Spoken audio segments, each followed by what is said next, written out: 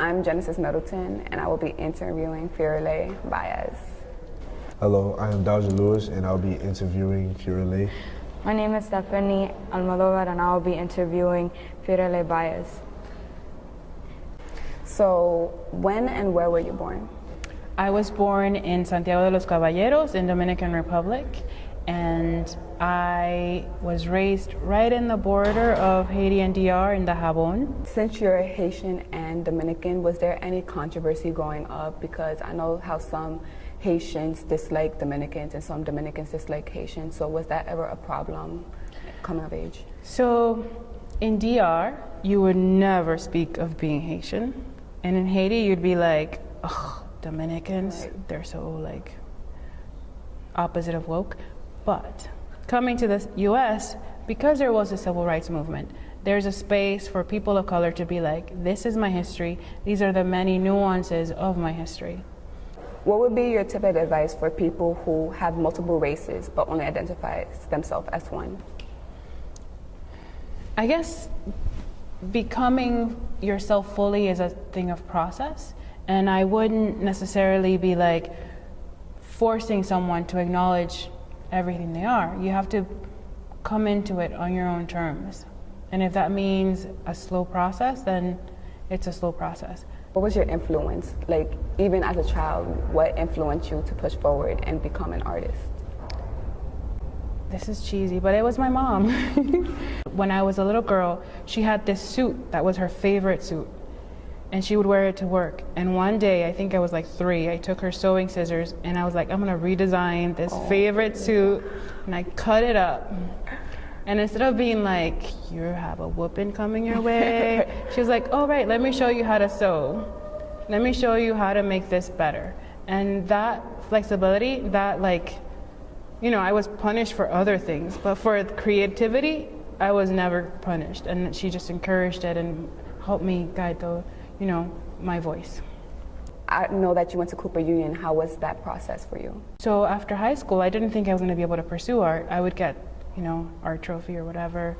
But reality hit, and they were like, okay, community college, let's go study psychology, because at least that was like something that would reveal the inner soul and maybe be more creative. And during one of the electives, a teacher said, there's a free school in New York you should apply to. She didn't say it's like super hard and you probably won't get in. She just said, it's a free school, you should try it out. And because all I was aiming for was like, okay, let's get in here, I did the test and I got in. And that was like how, you know, that determined my fate. Wow. So you went from community college to now one of the top high-raised art schools.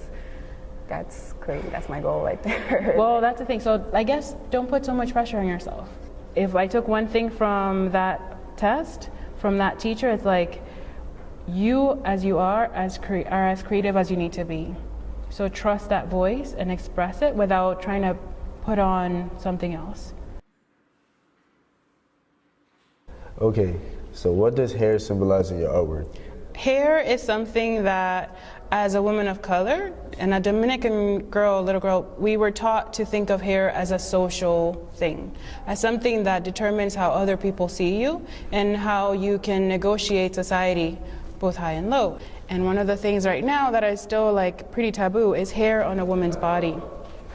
If you see hair on a girl and you're like, whoa, what's happening there?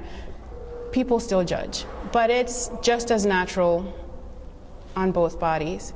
And being able to acknowledge that and make that accessible and break those taboos are, you know, a goal of what the work should function as.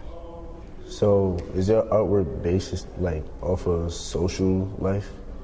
It's based on social life. I guess you could say it's feminist. Okay, so why do you use nature, and how does your artwork tie in with women?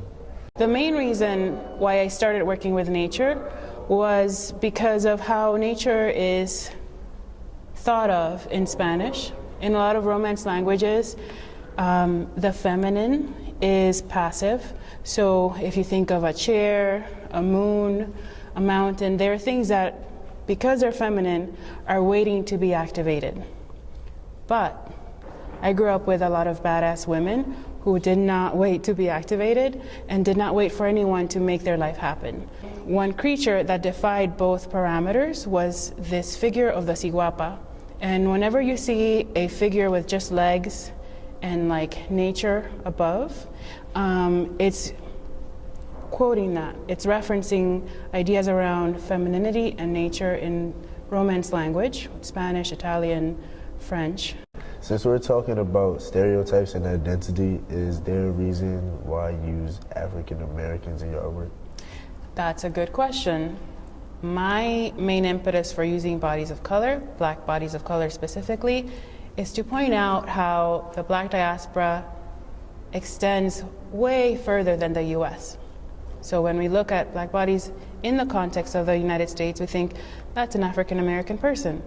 But honestly, in the US alone, I guess before the Louisiana Purchase, there were more Africans in the island of Martinique, that tiny little island in the Caribbean, than in the entirety of the US. And then when you think of Brazil, there were many, many, many times more African bodies, people taken in the diaspora there.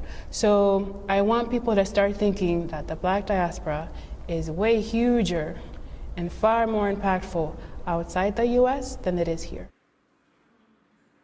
When you're doing your art pieces in your studio, what do you have that in your studio that like helps you think or helps you with the artwork? So I think of my studio as almost like a mad scientist laboratory, and once in there, there's really no limit. So if I need to lay the drawing on the floor and sit on it and paint on it like a carpet, or if I need to put it on the wall, there's usually a lot of play that happens. I usually work from like 5 in the afternoon to 5 in the morning. I'm a super night owl because it's a time when you have no social media distracting you, no one's gonna call you, no one's gonna do any of that. So I just focus and work straight through the night. How do you come up with your themes for different exhibits? That's an interesting question because I usually don't come up with a theme. It's something that happens over time as the work is made.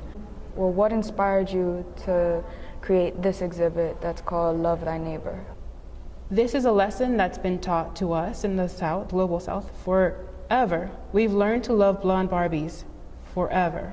We've learned to modify ourselves in beauty supply stores and otherwise forever in ways that are not necessarily meant for us or good to us.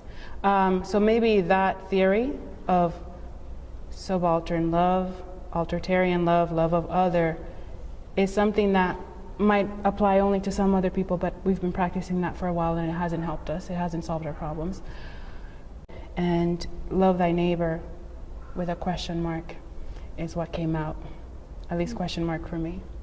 To piggyback off what you said before, do you use models in your artworks?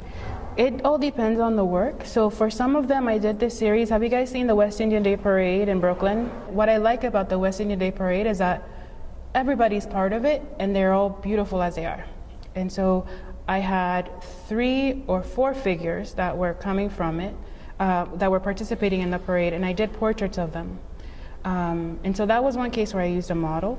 And what I liked and what I wanted to highlight about them is the nuance of their history. When we think of Caribbeans, a lot of time we think of people of European and African descent, but there's so many different diasporas in there. There's a huge Asian diaspora.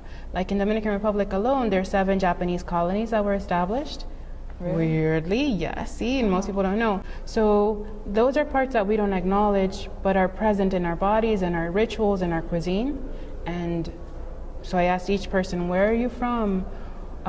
Who are your grandparents? Where did they come from? And all that is etched back onto their body. So I guess the figure most of the time ends up being like a vessel for all these other narratives. So when you're doing portraits or other paintings relating to the body, how do you start off with that? Do you start off sketching? Do you start off just freehand about it?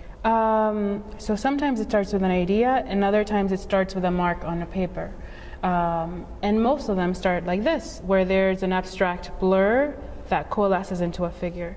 And in the one behind us, the print of the OBJ woman, she was already a pre-existing figure. It's a print that's over 150 years old, And over that, I added patterns and text. And in something like this, these are two figures that are either in the midst of an embrace or a struggle, which kind of fits with the theme of the exhibition, which is love thy neighbor, and what you have to navigate in order to actually love your neighbor and express that.